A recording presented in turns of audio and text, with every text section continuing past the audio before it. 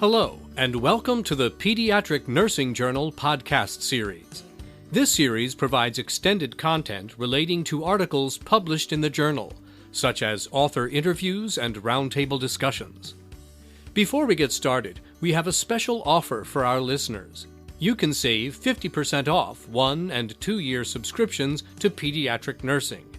Simply visit pediatricnursing.net, click subscribe, and enter PED SAVE 50 to take advantage of this special discount. Electronic device use is a popular sedentary activity in society, particularly in youth, and is associated with anxiety. In this episode, Ms. Sarah West and Ms. Rachael Puszczynski talk with Pediatric Nursing Editor Dr. Judy Rollins about the relationship between adolescent screen time and social anxiety. Their article, entitled Screen Time and Social Anxiety in Adolescents, also co-authored by Dr. Tanya Cohn, was published in the May-June 2021 issue of Pediatric Nursing, and is the winner of the journal's 2021 Donna Wong Writers Award. We are pleased to present Dr. Rollins' interview with Ms. West and Ms. Puszczynski. Hi, I'm Judy Rollins, editor of Pediatric Nursing, and it's my pleasure to welcome Sarah West, Rachael Puszczynski, and Tanya Cohn. Sarah is a board-certified family nurse practitioner working with women's health in Eugene, Oregon, and she conducted this research as a graduate student at Simmons University in Boston. Rachael is a CRNP in oncology at Children's Hospital of Philadelphia in Philadelphia, PA, and she also conducted this research as a graduate student at Simmons University. Tanya is director of the DNP program and associate teaching professor nursing at Simmons University in Boston, Massachusetts. And welcome to all of you. Thank you. Thank you for having us. Thank you. So Sarah, Rachael, and Tanya are the authors of our winning article for Pediatric Nursing's 2021 Donna Wong Writers Award, which appeared in our May-June 2021 issue.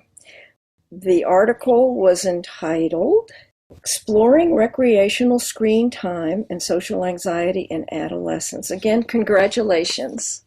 Thank you so much, Judy. Thank you. I understand that on average, most children spend more than 2 hours a day on screens. What are some of the things we know about the impact of screen time on children and youth? I think I can start by answering this question. So, yes, Judy, you are so correct with the statement that you made, which is astonishing to me in that itself, to think about that most children spend more than 2 hours on a day on screens, and their average time awake is only about 12 to 13 hours.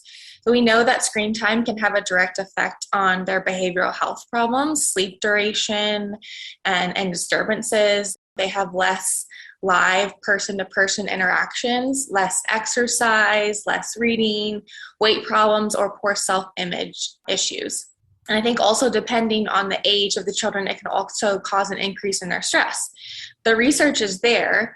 If you're on screens and not playing outside as much or doing other activities that can protect you from anxiety or depression, it's going to cause that.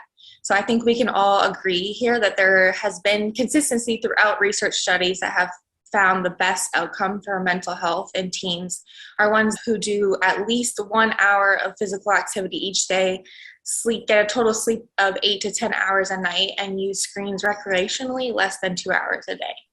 Wow. Thank you, Rachael. And I can speak to that as well. In our study, we also looked at what we call protective factors or protective activities. And we know that the more protective activities, and these are going to be other enriching activities that teens are involved in, the less screen use And then we saw the correlation between also then the less social anxiety. So for example, the teen who's involved in, let's say, varsity volleyball in their high school and also maybe has a part-time after school job and also is active in, say, a youth group in their community church is proportionately less likely to be spending more time on screens recreational, simply because they don't have the time. They're so busy with those live interactions with others, but they're protective factors because they are getting that interaction and then that level of social anxiety. We saw a direct correlation in the decline of that. Excellent point. So in your article, you mentioned that there are many technological applications, games and programs that are designed purposely to have addictive qualities to them. That kind of makes you worry a bit. That keeps the users coming back for more. Tell us a little bit more about that. Absolutely. I'll jump in real quick. Adam Alter, he's a best-selling author, and he wrote a novel that I think everyone should read called Irresistible. And Irresistible stayed at the top of the New York Times bestselling list for quite a while, but he talks about the gamification of not only social media, but also apps that we have on like our smartphones and devices. And he speaks to the neurobiology behind that, which I won't delve too much into, but he talks about the neurotransmitter dopamine and how we get a dopamine hit every time we use or interact with these apps and social media.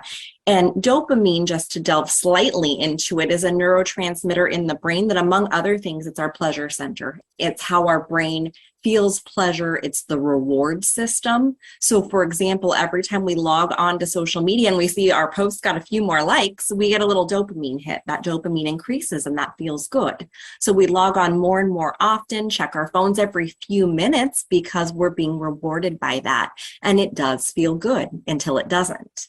The good feelings don't sustain. And just like a drug, those small dopamine hits, it would take us more and more and more to then feel good from that, where maybe the picture that started out getting 10 likes, now that's not enough. Why didn't it get 100 likes? And so it doesn't feel as good anymore. And we're not feeling as validated. So it's essentially the same in video games, even though they may or may not be as interactive as some social media. You finally beat a level, for example, in a game, and you get this short, small high, this boost of pleasure and energy, but then it's on to the next challenge. So it feels good, so kids continue. Right. Thanks, Sarah. So what led to your interest in looking at the relationship between adolescent recreational screen time and social anxiety? You know, one thing we wanted to look at is that there is a real fear right now of humans losing their ability to relate to one another in person, especially during the height of the COVID pandemic, which we're still kind of coming out of, and where so many things went virtually. You know, most of our teens, when they have a conflict with one another or with a family member, they would rather text through the argument than talk on the phone even or meet in person to discuss or to work things out. And the reason or the why behind that is teens tell us it's too awkward. It's too awkward to actually be looking at the other person and interacting and seeing their body language. And yet, as a society, we rely on conflict resolution in just about every job, every societal role that can be imagined. And that's one reason we were interested in social anxiety related to screen use. It wasn't so much we thought there'd be more anxiety with more screen use. We absolutely thought we would see that, but it's kind of the ramifications. Where do we go from there? Okay, interesting. Thank you, Sarah. I want to just bounce off to what Sarah said. And Sarah actually approached me with this idea of wanting to look closer at the relationship between adolescent recreational screen time and social anxiety. And I thought it was a great idea. So once we started diving into this, we found that there wasn't a ton of research out there, which I found quite surprising. And mental health in the past has been such a touchy subject. And I felt that maybe we could bring more awareness to this. So screen time and technology has changed over the past 5 to 10 years, and anxiety and depression is becoming more relevant in younger adults and teenagers. So why not to look at these two correlations with each other more closely? Okay, thanks, Rachel. So tell me more about your study. Yes. So we collected the data at a local high school close to where Sarah lives in the Pacific Northwest area. This town has a population of about 9,600 residents, so quite small. We had a total of 83 participants from ages 14 to 17. And we used demographics for our study, including age and gender, as well as a number of parents or guardians living in the home. The students were asked a series of questions regarding screens in their homes and the usage of habits that went along with that, how they were using their screen. And we defined recreational screen time as televisions, iPads, computers, video game consoles, and cell phones. And then the teens were also asked if their parents or guardian placed any restrictions on their screen usage and if they felt that their parents were using screens more or less or the same as the teen. And then we also used a tool, the Kutscher Generalized Social Anxiety Disorder Scale for adolescents, to help us assess the severity of social phobia and measure our treatment outcomes in adolescents. This particular screening tool has 3 sections that reflect different aspects of social phobia. And the first section compares items pertaining to fear and avoidance of social situations. And the second section asks for the participants their 3 most feared social situations. And the third section is composed of items pertaining to affective and somatic distress.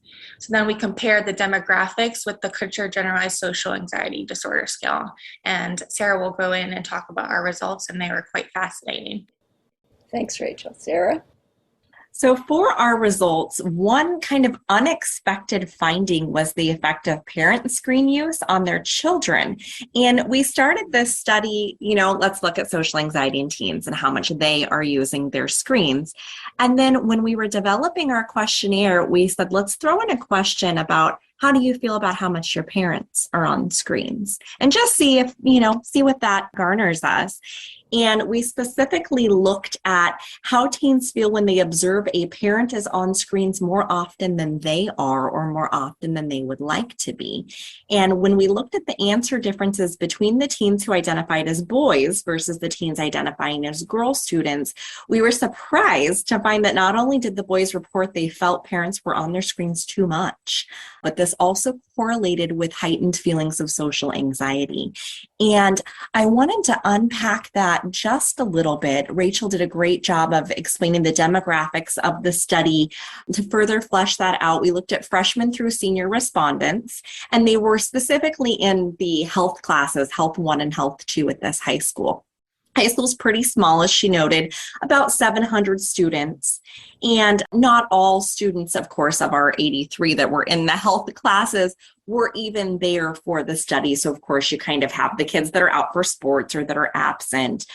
The town that we looked at that, is unnamed, a town in the Pacific Northwest, but the town we looked at is approximately 89% Caucasian. So not a super diverse town. And it also has a very high poverty rate. It has 1/5 of the people living in that town meet the guidelines for poverty and for federal or state assistance or both. And I feel like that was an important factor to include in our demographics because we also had a lot of teens that maybe come from one parent homes or that maybe even don't have a steady home or that are couch surfing. And we didn't specifically ask that last question. I just happen to know the population. So I think it's interesting to not only know that, but then to look at, the teen boy response to this and what is this doing to our youth when they think that their parents maybe aren't present. Teen girls, daughters, have always jokingly been referred to as the harder to parent gender than teen boys. Boys are less likely to show strong emotion, studies tell us, but sons need just as much, and I might argue possibly more and or different attention than their female counterparts. They need to form connections, and those who feel they are not paid attention to are more likely to turn to substance abuse and risk-taking behaviors. And by risk-taking behavior, I don't always mean harmful behavior. Teen boys actually need to engage in what's called controlled risk-taking. And that's behavior where the outcome is completely unknown, such as like, what happens if I try to construct a small home out of these concrete blocks? Studies show that when teen boys engage in this controlled risk taking, they have more motivation to try things. They have more motivation to put themselves out there. So how does that tie into parents being on screens? Simply, I delved a little bit into the research more for this, but to kind of oversimplify it, when parents are not perceived to be paying enough attention, then those teen boys, and probably also teen girls, even though the study showed the higher, correlation with teen boys, they're not given those healthy opportunities to be watched, to engage with, to discuss things. And so that social anxiety ramps up because if a teen thinks, if I'm not good enough for my parents to pay attention and interact with me, then what about the rest of the world? This is amazing. And I think our listeners will be able to understand why your article and your study was worthy of this award that we give the very solid study with very interesting findings, and the implications are tremendous. Well, and I think too, Judy, being a mom of sons only myself, or a boy mom, and I think any mom or somebody who works with young boys and girls, will know, you hear, hey, mom, watch me do this. Hey, mom, look. Hey, mom, watch. And I think that girls tend to be more in what's known as parallel interaction. So maybe a teen daughter is happy to sit on the couch with mom, and they're both on their phone, or they're both watching a show, and they kind of chit chat back and forth. And they're not really necessarily looking at each other, engaging with each other the whole time, even though they're chatting and whatnot. Boys, even into that teenage years, they are far from the, hey, mom, watch me do this. They still need and crave that interaction. Yes, and I think you hear that a lot when boys are younger, and as you say, they still need it, but as they get into their teens, they're probably not going to say, hey, mom, watch me. Right. They're not going to call out for it. They're just going to kind of expect and hope that it's there, I think. Yeah, good. Great points. You've talked about some of the implications of this. Were there any other surprises that came out of this, or discoveries, or anything else that you'd like to add? See, Rachel, you had a little bit more to add. Yes, I wanted to add, I know Sarah touched base on the implications of our findings, but specifically for pediatric nurses. As being a pediatric nurse myself, I have seen this firsthand, what it's like to work in a hospital and the amount of screen time usage in children.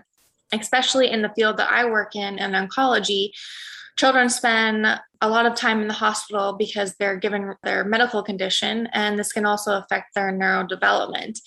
These children are watching various forms of screen media throughout the day, especially when adult interaction is limited. Now we've seen screen time used as a diversion activity to help reduce anxiety during medical procedures or to give them a sense of comfort. While I agree this can have positive short-term distraction modality, it is becoming a major issue with developmental involvement. But I get it, though. You've got 3 to 4 patients and you are running around the entire day trying to be in 2 places at once, trying to find time to use the bathroom for yourself. So how is it possible that us as nurses can help these teens decrease their screen time? Also, during COVID times, using screens was a way of communication for some families since visitors were restricted and they were FaceTiming or using their computer for Skyping. But now as a provider, I'll walk into rooms to go round on my patients or check on them throughout the day, and all my teenagers will be playing video games and not even look up at me when I'm talking to them, which I just find astonishing. But I think as pediatric nurses, we can set restrictions on how long you can use screens and avoid using screens 1 hour before bedtime. I find that most of my teenage boy patients, they will be staying up till 4, 5 a.m. and then will be sleeping the entire day, and their sleep regimen is completely off. Goodness, I think most nurses who work in a hospital setting can identify with what you're saying. And I'd love it if you'd write an article about it for us. Thank you for adding that. Thank you, Judy. Sarah, I think you have a little bit more you'd like to add? Yeah, absolutely. Thanks, Judy. I just wanted to mention that this study has been really neat in the fact that it's already had some ripple effects in the home community where the study was done, or close to where the study took place. So teachers at the high school that we surveyed have asked to share the results with students multiple years, since the study, wasn't done in 2022, was done prior to that. And they've reached out and said, can we share this information with our students and our health classes? And so we've said, yeah, absolutely. That's great. In my former job, I worked in pediatric primary care as an RN before finishing the program. And the 6 pediatricians I worked with in the clinic had also wanted to read through the article. We're very excited that one of their nurses had been published, and talk to some of the parents of the patients that they were seeing just about screen time. And then, of course, many of my own personal friends and people in my home community that knew that the study had been published have reached out to talk to me and say, hey, can I read it? How do I get a copy? How do I go online and read this? And basically the impact, what I'm finding interesting is the impact that parents of my generation are saying, hey, what do we need to do differently? And I think the study has really examined the closer need for what we need to do as parents of teens of this next generation that we're raising. And I think it just really brings to mind that it's time for us parents to model what life looks like when screens are used, with balance and not being the forefront of how we start and how we spend each day, and to show our children boundaries that we as adults set with our screens and not being available 24/7 in this society that kind of almost expects that. It's time for us to put the phone and the laptop away and to have real-time conversations with our children. And when we can learn to prioritize our own screen time use, I feel like we send 2 very important messages to our teens.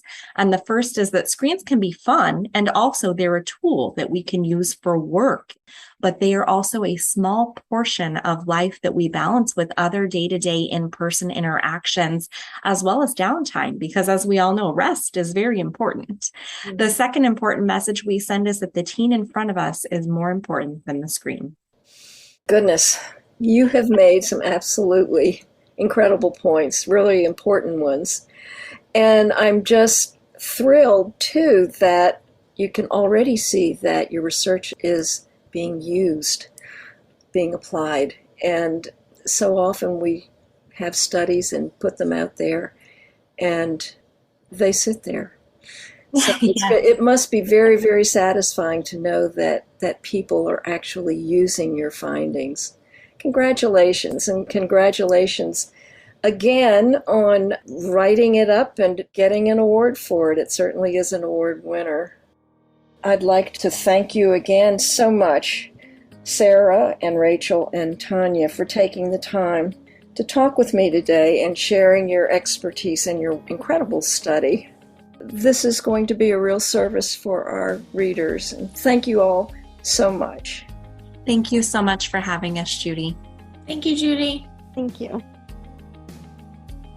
The Pediatric Nursing Journal podcast series is owned and produced by Jannetti Publications, Incorporated. All rights reserved.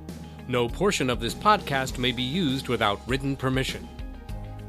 Ms. Sarah West is a board-certified family nurse practitioner working in women's health in Eugene, Oregon. She conducted this research as a graduate student at Simmons University, Boston, Massachusetts. Ms. Rachael Puszczynski is a certified registered nurse practitioner in oncology at the Children's Hospital of Philadelphia in Philadelphia, Pennsylvania. She conducted this research as a graduate student at Simmons University, Boston, Massachusetts. Their article, entitled Screen Time and Social Anxiety in Adolescents, also co-authored by Dr. Tanya Cohn, director of the DNP program and associate teaching professor at Simmons University in Boston, Massachusetts, was published in the May-June 2021 issue of Pediatric Nursing and is the winner of the journal's 2021 Donna Wong Writers Award. For archived episodes of this podcast and to learn more about pediatric nursing, visit the journal's website at pediatricnursing.net. You can also subscribe to the Pediatric Nursing Journal podcast series on Apple Podcasts, Google Podcasts, Spotify, Stitcher, TuneIn Radio, our hosting site Spreaker, and everywhere you get your podcasts. And remember, as a listener, you can save 50% off a 1 or 2 year subscription to Pediatric Nursing. Simply visit pediatricnursing.net, click subscribe, and enter PED SAVE 50 to take advantage of this special discount.